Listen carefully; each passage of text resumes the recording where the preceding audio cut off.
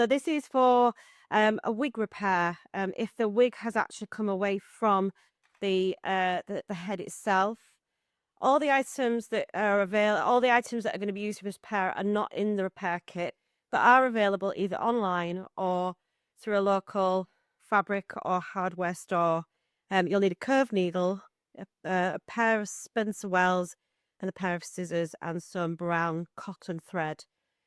So where the wig has come away, remove the excess stitches or thread from the area. Then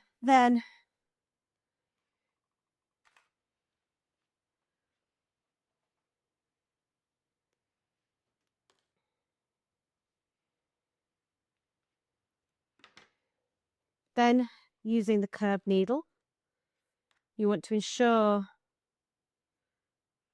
it's already been threaded with a brown thread.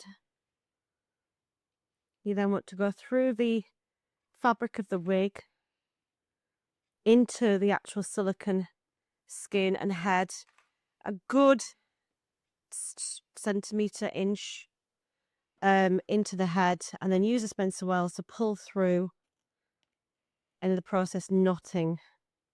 We've also just pulled the hair out of the way to make sure we don't trap too much hair into the stitch. And you're going to do 4 or 5 stitches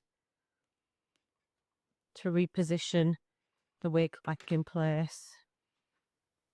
You could probably speed this bit up now. To do 5 stitches. You can get it in. I might be able to do 4. 4's fine. Yeah. And then once you've stitched it, you want to just then pull through to knot it off.